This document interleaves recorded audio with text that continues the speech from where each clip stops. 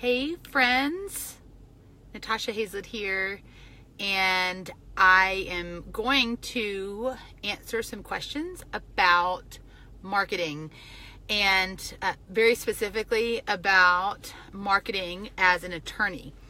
And the reason why I am answering this question or these questions is because I was asked by a speaker who is going to be giving a talk in Europe in a couple of weeks or in a couple of months.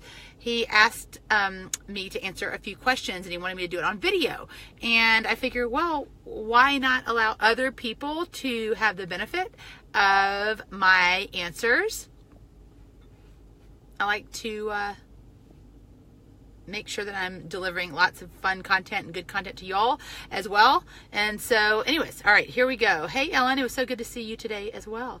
All right, so here are the answers to the questions. All right, so question number 1. What are some of your challenges when it comes to marketing yourself and your practice? So this answer may surprise you. I didn't have any problems marketing myself and my practice. And so I'm an award-winning internet marketer, and I have been eating and breathing marketing and studying and investing in marketing for years.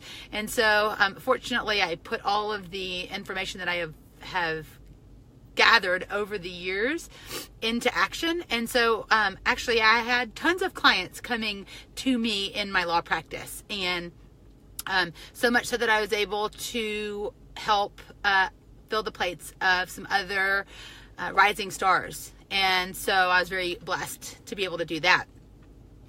So I think that some challenges that come, I'll speak to what I think other people's challenges are though, because as someone that has helped people for years in this space, I think that one of the big challenges people have is that they feel like marketing as an attorney is a bad thing, that it's cheesy, that it's chasing after clients, that it's not appropriate, that it's beneath us, that we should just solely get clients through word of mouth. And nothing could be further from the truth. More people need to hear about what we do and how we can serve.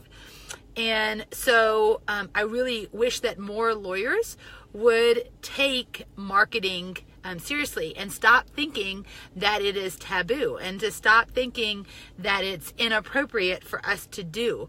The reality is you can serve the market in a very big way, and in a much better way, in a much deeper way, if you would just get out there and market. So, the next question, what tools, resources, strategies are you currently using to better promote, market, sell yourself in practice? So this will tie in to, I guess, the third question. But one tool that I have used to market myself is something called AVVO, A-V-V-O. And that is, as I explain it to my clients, it's kind of like the Yelp for lawyers. And so I'm not afraid to ask my clients for a review. And so after I would provide an amazing client experience, I would say, hey, would you mind, if they tell me how much they loved working with me, I would say, hey, would you mind leaving an honest review? There's a website called AVVO. It's the Yelp for lawyers. I'm going to send you a link if you're okay with it.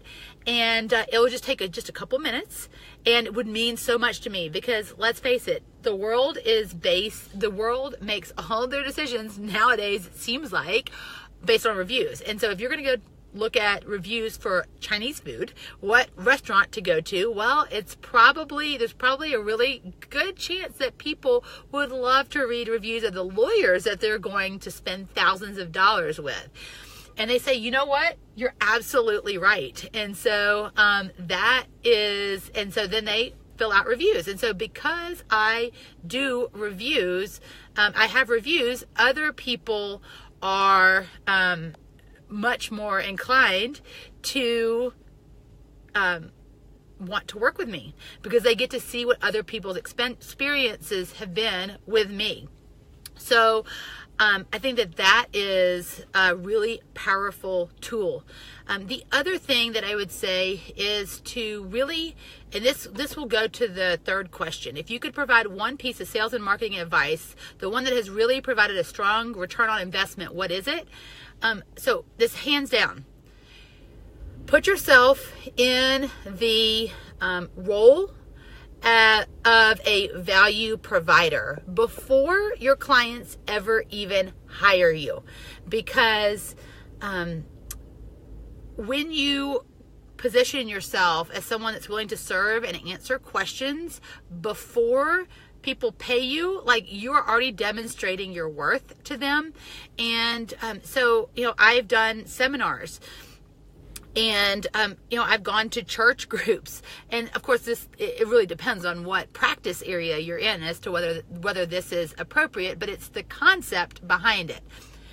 Where I would go and I would educate people on the topic of estate planning, and I would tell them stories and really hit home these important concepts so that they could become informed. And that's what I stress to them. I'm not trying to close them on a sale to work with me or whatever, although many of them do.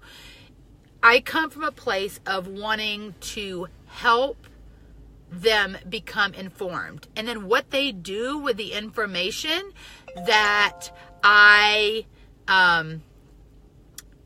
the information that I provided them is up to them. But I remind them they don't know what they don't know, and my job is to help them to start to issue spot, and then they can go to the lawyer of their choosing or take no action. But I position myself as a value provider before they pay me a cent. Most people come from a place of scarcity. Like, I'm not going to tell you anything. You have to pay me first. You could actually educate your market. And when you educate your market and you come from that position of a person that wants to provide value on the front end, that is going to allow people to get to know, like, and trust you. And who do people buy from? They buy from people that they know, like, and trust. And so positioning yourself and putting yourself in opportunities where you can showcase your expertise, that to me has been the single strategy that I have used. I moved to Boise, Idaho from Memphis. I knew no one when I came here, but I built a thriving estate planning and probate practice here. I've been nominated multiple times by Super Lawyer magazine. I knew no one here. I built my practice from scratch. And the whole reason I was able to build a practice from scratch, knowing absolutely no one here, was because I positioned myself as an expert. And I guess the second thing that I did, just as an ancillary little, I guess, bonus strategy, is I picked my niche. I wasn't trying to be all things to all people. Estate planning, you would think that that's a niche. However, I was very specific about the types of estate planning clients that I wanted to work with. I had a certain income range. And when people were under that income range or over that income range, I referred them out. And people really appreciated the fact that I knew exactly who my ideal client was, and so I got tons of referrals. So that is my tidbit for you, and I hope that it's helpful. And thanks so much for watching, and I'll see you soon. Bye.